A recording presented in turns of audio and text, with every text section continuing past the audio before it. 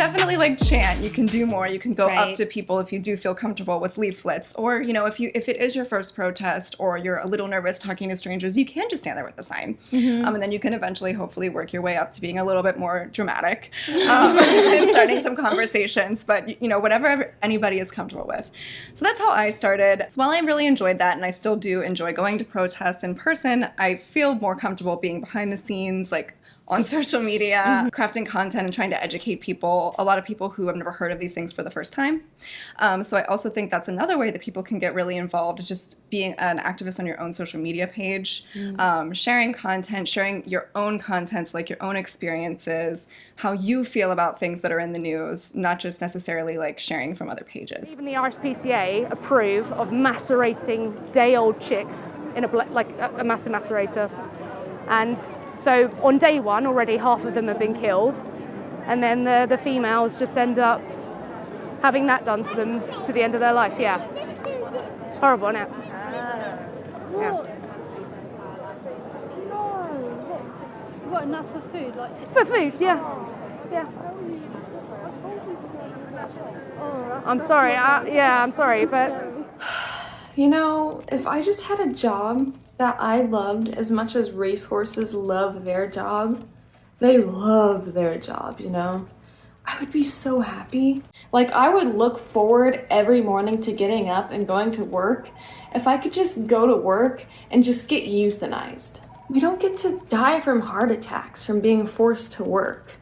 I mean, we wouldn't have such a high turnover rate if they would just whip us repeatedly. I don't get to have a metal bit shoved in my mouth. I don't get to be drugged either. Racehorses are more well cared for than humans. I went vegan without realizing it, but I stayed vegan after confronting myself with the following questions.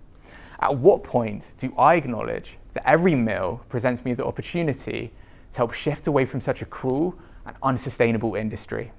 At what point do I acknowledge that every meal presents me the opportunity to help evolve away from such a broken system?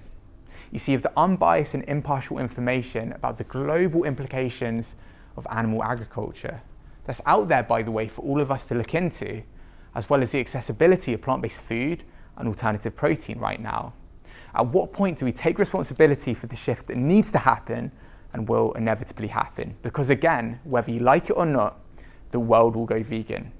So the question I want to leave you with is, when you look back in 50 years' time, what is the narrative that you'll be telling your grandchildren about the choices you'll be making today? Well, the first time I came here, the cows, we got to be with them for quite a while, and they were ankle deep in their own feces, and most of them were crying, and they were really small. They were like babies. Yeah, seeing the look in their eyes, you know that they know what's going to happen, and you know what's going to happen, and all you can do is take a photograph or take a video and share it and hope that someone can look into those same eyes and feel what they're feeling and make a change. So it's really difficult. It's really hard to be here, but it's really the least we can do.